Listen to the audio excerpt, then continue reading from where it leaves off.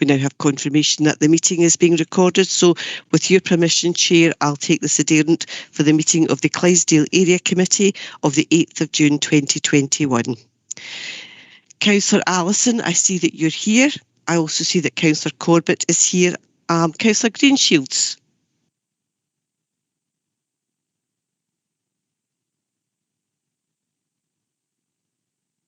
Nothing from Councillor... Pauline, I can see him, but he's on mute. That's fine, thank you. I also can see him, so I can confirm that he's here. Councillor Hamilton, you're obviously here, as is Councillor Holford. Councillor Horsham is here, as is Councillor Lockhart. Councillor Logan, I've seen that you're here. I have apologies from Councillor McCallan. Councillor McClymont, I see that you're here. Councillor McGavigan, I also see that you're here, as is Councillor Mars and Councillor Shearer. So with that, Chair, I'll pass back to you for the business of today's meeting. Great. Thank you, Pauline. Okay. Let me just get my screen up here. Okay. Right. The first thing is declaration of interests. Now, Julia Mars has done a declaration. I don't know whether you want me to announce it, Julia, or do you want to just announce it? I'm happy for you to advise, Chair.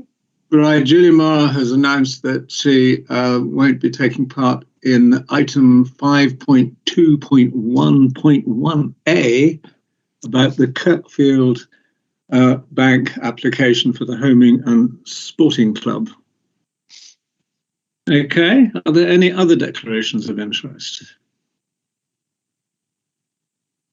Right, good, thank you. Moving on then, the minutes of the previous meeting, which everybody presumably will have seen and read. So I just need to know if there are any points arising from that, first of all.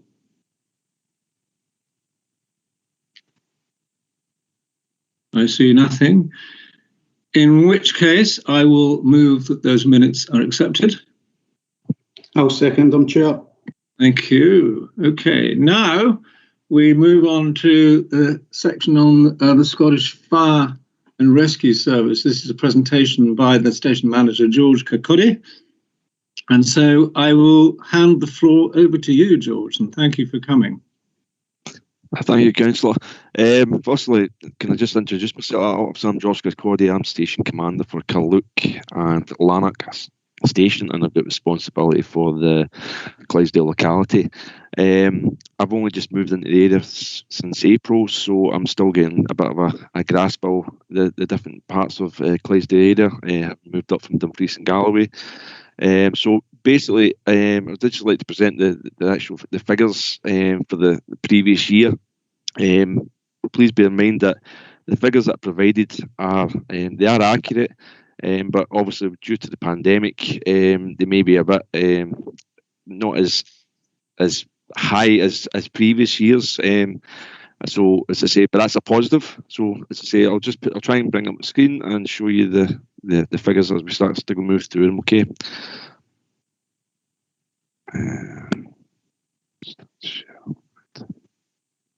Bear with me, try and get this up.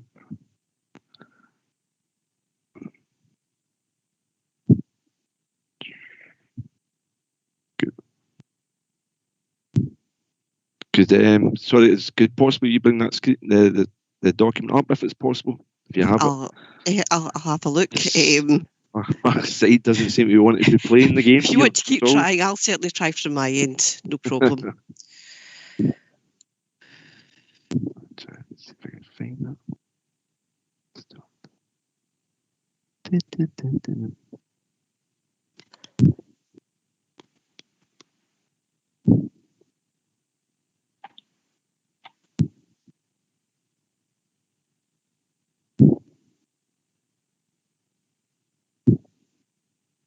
No, mine's is not working. No, just if you just want to bear with me, I'll do my best. Here we go.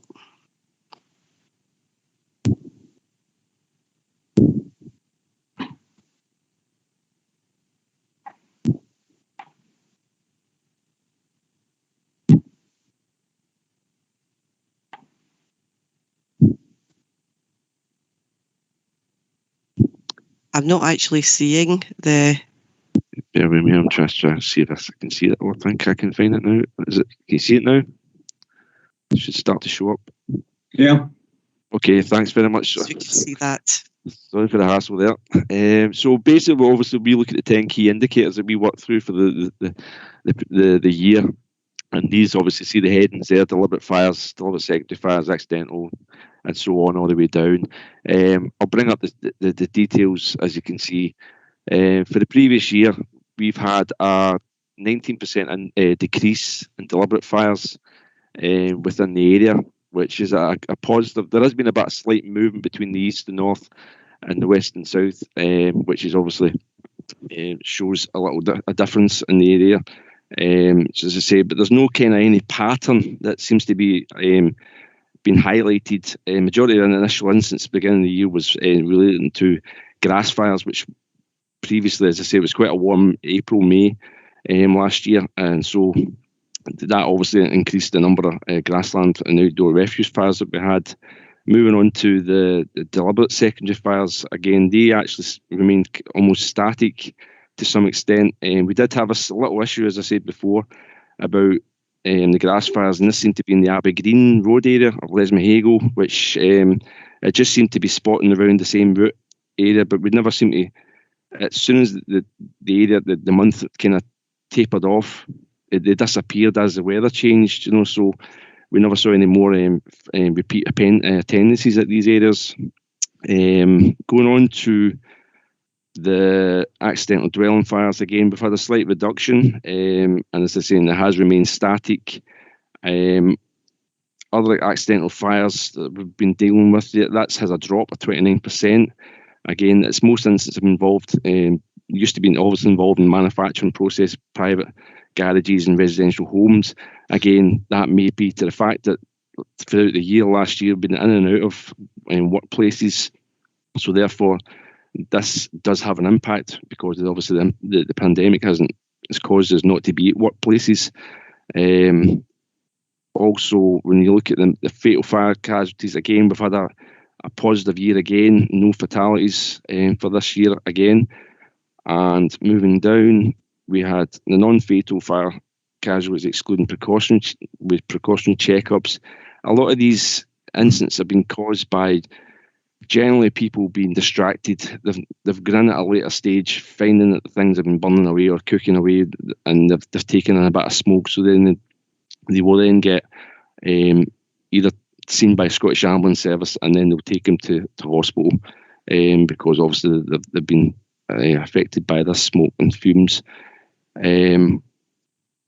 RTCs, again, that could be show an impact at the fact that there's been less cars on the road over the previous year. Again, to a kind of caveat for the coming year, we have actually seen a slight increase again because people are now back on the roads. So it's been a dramatic drop from 53 down to 33 again. But as I say, I've already highlighted that's due to possibly being people not being on the road. Moving on down to the special services non-fatal. Again, most of the incidents that we've been dealing with in these areas, that has remained flat again. And what we're generally finding is that as across Scotland, this is actually one of the areas that is increasing affecting entry to get into premises, and that's kind of a more of a route that we've been dealing with, and also obviously RTCs we've been dealing with as well across the whole of Scotland. But as I say, within the area, it has remained flat. Malicious calls for the area, again, it has increased by 3, but we identified one little premise, which is a nursery, which had 4 calls within a matter of a week, but it was turned out to be a young child kept on pressing the alarm, so it was going in as a malicious call. But that had tailed off, and the community action team obviously engaged with them to alleviate any issues. And further than that, there's not been any major kind of pinpointing premises. It's just sporadic around the areas. As you say, it's mostly to do with education premises that we're finding these when they've either come back into school or they've been off school, whatever, so. And finally, again, unwanted fire alarm signals. again, this is something that nationally the services got a project on at the moment to reduce this even further. So at the moment, we have within our area we have dropped from 246 down to 218, and again, we are still, the service wants to reduce this even greatly and remove these blue light journeys for unnecessary attendances at alarms that's been sounding. Okay, so that's basically the overall report for the area. If I'm willing to take any questions if you have anything. George, can I ask? Well done. I was going to say, if you remove the presentation, then we can see who's got the hand up. Thank you. Well, thanks for that. I mean, it's very interesting. It seems odd that there's not been that much of a reduction, despite the fact that no one's been going to work or no one's been. Yeah, it's funny. That is funny how it does it, but it's when you actually look at the figures that are starting to creep up just now. The more people that have been back at work, there is actually a slight increase again. It's starting to go back. I was just doing a review of my last month there for my area meeting, and we looked at within Carluke, they attended for example, the number of grass fires.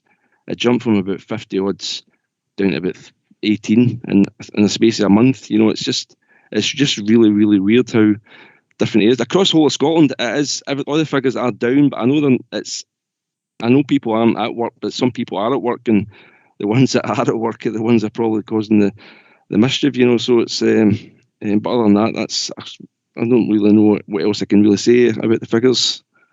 No, thank you. I see Eileen Logan's got her hand up. Thank you very much, Chair. I was interested, you actually just mentioned it there, the grass fires and that type of thing. As soon as the good weather comes, you get huge amounts of, well, I can only say younger people. I'll not say the areas because obviously if they're going to be public, that would then maybe encourage more. But we see, and I have had a lot of reports of vandalism, trees getting set on fire, bridges, over walkways, fields. And one man told me one night there was at least 60 youths congregated in a field somewhere. Bulk probably did no hurt, but one or two stayed on, and then he got a fire, and away we go. And I'm assuming that's part of the problem. And the other thing about your road traffic things and all that, for the first 2 or 3 weeks of the pandemic, the roads were like you could have danced up the middle virtually when you were out a walk. But it very, very quickly went back to what I would have called normal traffic. And it certainly is normal traffic now. Whether people are going to work or not going to work, I must be, well, I try and not take my car as much as I possibly can anymore. But if you're trying to cross the roads or you're trying to do whatever, there's certainly a good amount of traffic. And I had to go into the M74 one day because it was imperative I got to somewhere, and I never seen traffic like it. It was nose to tail, and that was the M74.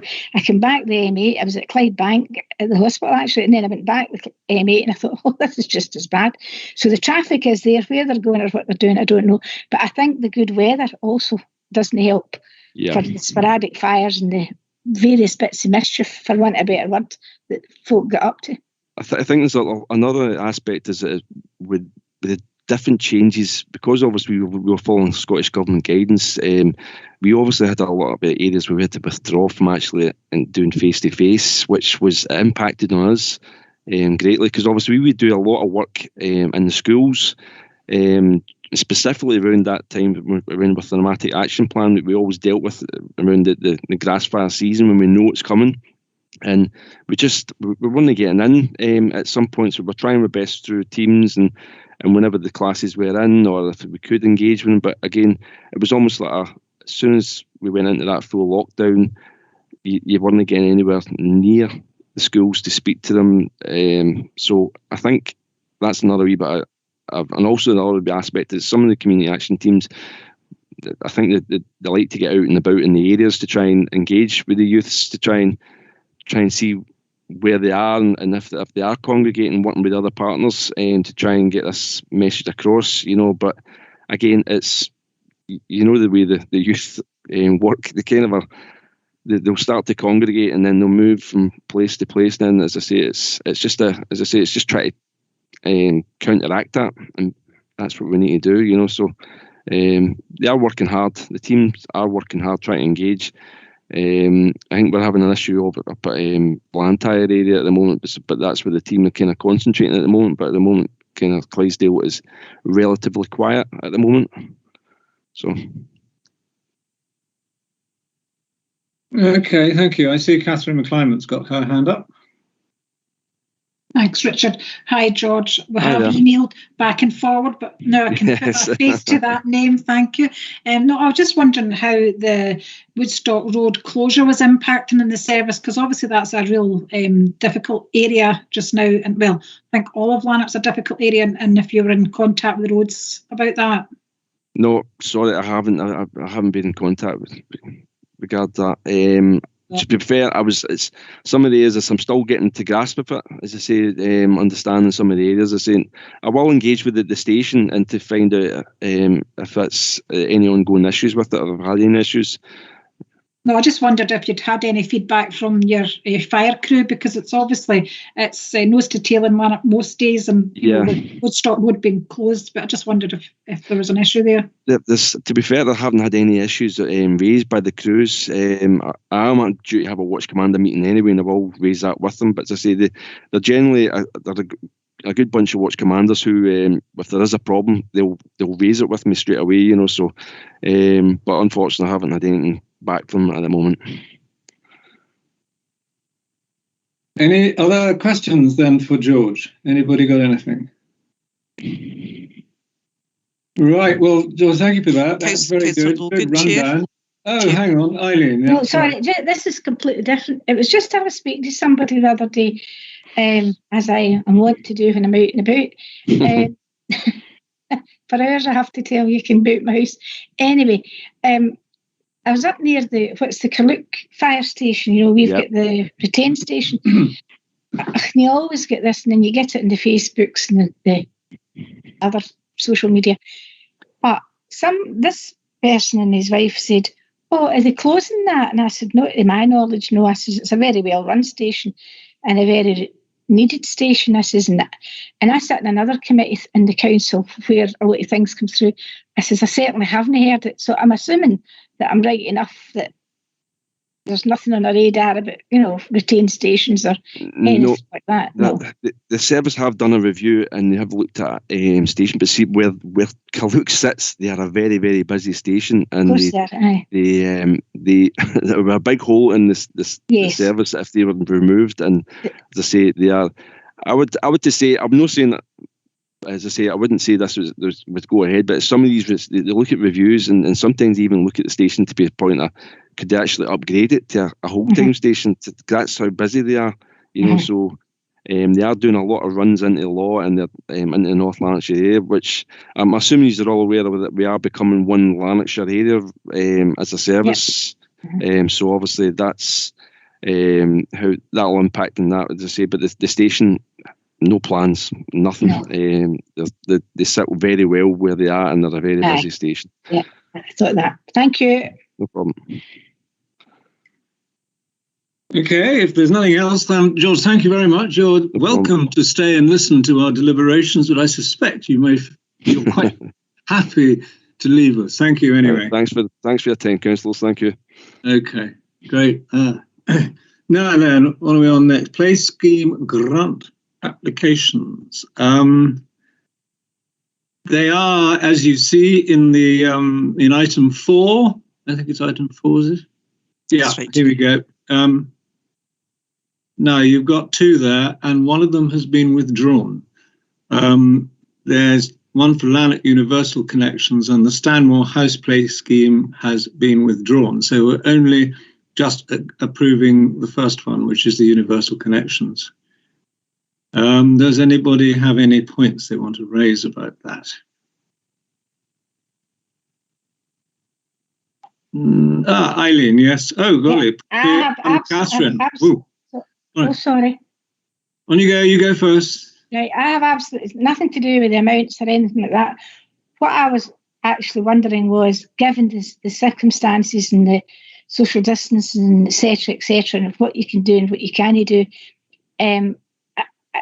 as the play scheme's actually going to go ahead, and if they didn't go ahead, I would presume, and I'm just talking about in general, not just this or that, then the money would just remain as it is, because that was what I was wondering, because there's still barriers to a lot of different stuff yet, outdoors activities or whatever they might be trying to do. Yeah, right. I mean, I'm that's beyond my pay grade, the answer to that, unless someone else has got any ideas. Chair, if through you, if I could just sort of give an update, where play schemes don't actually operate physically, they can have PAX activities that they can let people have, so that there is an activity, if you like, although it's not necessarily a lot of people in one particular group, so they can do PAX, so they can keep the spirit of the play scheme going in that way, if you like. So that's probably the best I can say about that. In terms of if they don't spend the money, well, then we would look to have that sent back in. Obviously, they have to account for the monies that they've spent. Thank you, Chair. Okay, Catherine. Thanks, Chair. I just wondered if we're allowed to ask why Stanmore have withdrawn their application, because they put in for this every year. I'm just quite surprised. There's nothing on it at all. It simply states that it's been withdrawn. Thank you, Chair. Okay, Alec? Yeah, just curiosity, Lanark Universal Connections, the age group attending that won't necessarily need a play scheme, either for themselves or for anything else. So I take it they're running it for someone else, or what's the background to this one? Could I hear a little bit more about it, Pauline, please? Councillor Alison, I don't actually have that information today, but what I can do is I can find out the information and just basically circulate it to members of the committee, just to let them know what's happening, if that suits. Okay. Right. I see no hands up anymore. Anybody? Right. Well, then, in which case, I will move that grant is accepted and agreed. Seconded, Chair. Okay. Now then, we move on to, where are we? Item 5. This is the community grant applications, and we have got one person who declares an interest for the sporting club. So, Julia, can I suggest that we deal with that one first, because there's other things afterwards, and then we'll deal with that one and then let you back in, and then we'll deal with the rest. Is that okay? Okay, Pauline, can you just do that and then bring her back in when we've done this one? Okay. Certainly. It's very simple. I mean, it's a very small grant, and it's within the rules, the agreement rules for the for the grant to be awarded. It's only one grant, so if we're all happy with it, I'll just open the floor to anyone to see who has any objections. I can't see any, so I will move that grant to the sporting club is accepted, and I will then bring back Julia. Agreed. Will you? Oh, it needs to be a second. Are we all agreed? Mm-hmm. Thank you. Okay, can you bring Julia back, Pauline, please? Certainly, Chair.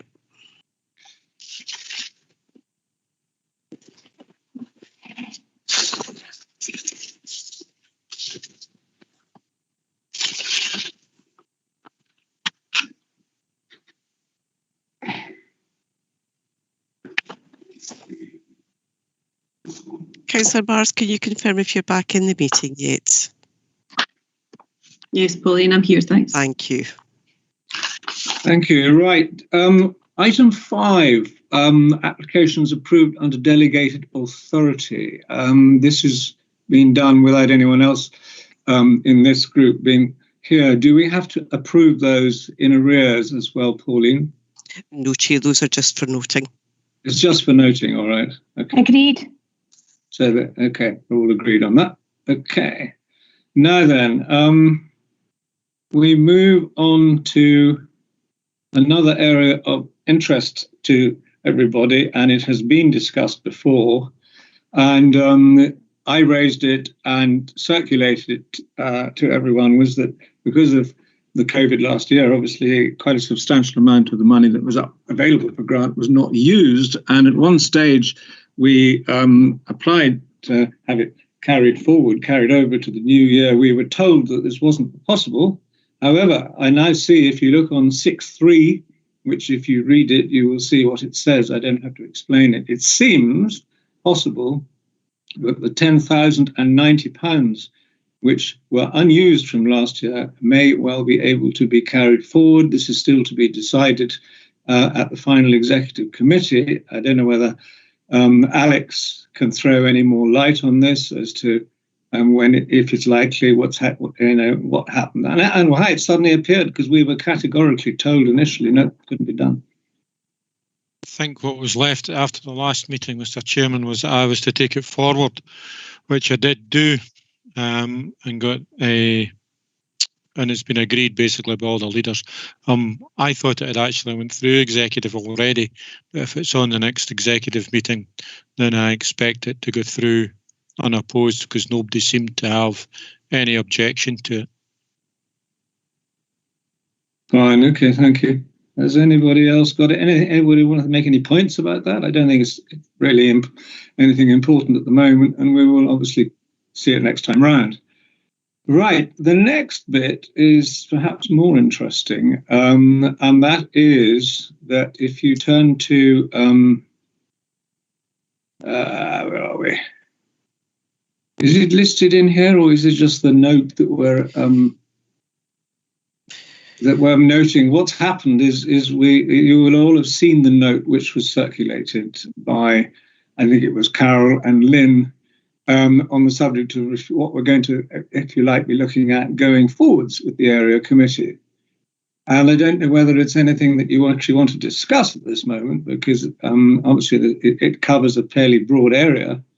And if there's any points you want to make, to note, and maybe for us to take forward, or we just leave it as it is, note that we are now going to have these things brought to us every time in the area committee, and that it's something that hopefully it will be something we can get more engaged on a local basis. Has anyone got any particular points they want to raise about it? Somebody went ping. What was that? You're all aware of what I'm talking about, the participatory budgeting, which has Councillor McClymont. Councillor McClymont's got a hand up, yeah. Yeah, Richard, well, we just got that the other day there, and to be honest, I do print everything off, I'm afraid, because I can't work with the computer as well as listen to meetings. So I don't know whether everybody else is the same, but I didn't have much of a chance to read through it all since I only got it this morning, to be honest. So I wasn't really thinking we were going to be discussing it because it wasn't on the agenda. No. No, I do understand that. I mean, it was effectively only for noting. But the interesting thing is it did send, if you saw them, a couple of examples, if you like, of what it was going to look like and what we were going to be involved in. And did anyone see that participatory budgeting update for the area committee, Appendix 8? Did you all see that? It's just detail on how it's going to work, and with one example, effectively. Chair, we have Councillor Logan and Councillor McGavigan also looking to speak. Okay, I don't know who was first, but Councillor Logan. Right, I think that's okay. Thank you. Chair, all I was going to say is I'm a bit like Catherine. It wasn't in these papers, and I had a look at it, and obviously you go back and have another look at it.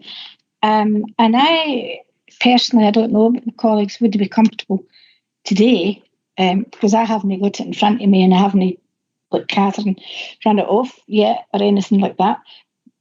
Trying to discuss something if you want. what's the word I'm looking for? Okay, Do you no, I want just wanted. opinions or anything like that? Because if you do, then I think maybe the next meeting, that would be fine if that's the case. But it's quite difficult because we're sort of, I don't mean stabbing at the dark, but I haven't got anything in front of me. I've only got what we were discussing today, and I don't know that I would like to go into it in absolute depth. Unprepared, Right. want a better word. Is everyone else of the same view? Yeah. I mean, What actually do you want to discuss about it, Richard? Because it's No, I'm already been just saying. through Corporate and Finance Committee. Yeah, it's being put through, but it's a fairly major jump, if you like, I think, in terms of the responsibilities that the area committees are going to be taking on, unless I've misread this.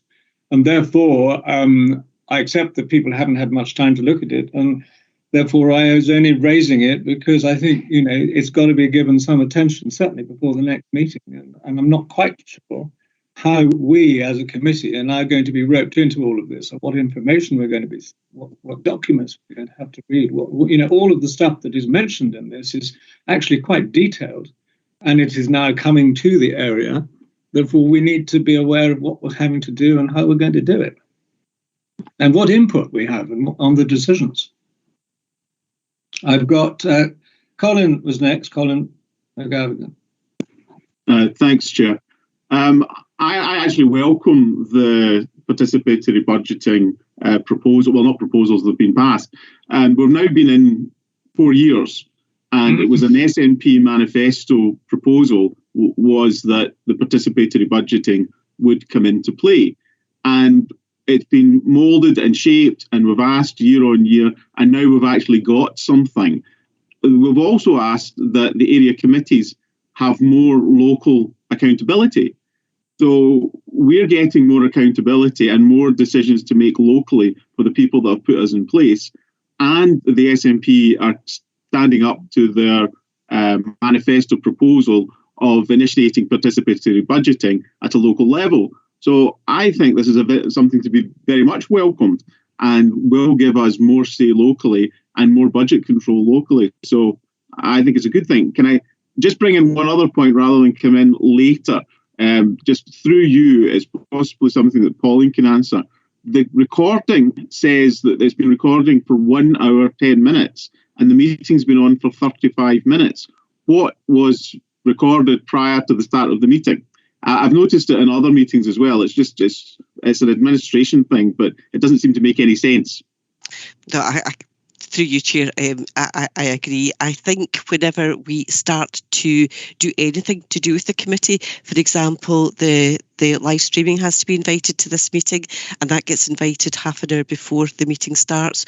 So when the meeting, when that joins the meeting, if you like, it generates the meeting length. So we start maybe a half an hour before the meeting starts, the meeting length. It's not recording for that amount of time, but the meeting is recognised as happening as soon as the first person joins. Great. Thank you very much.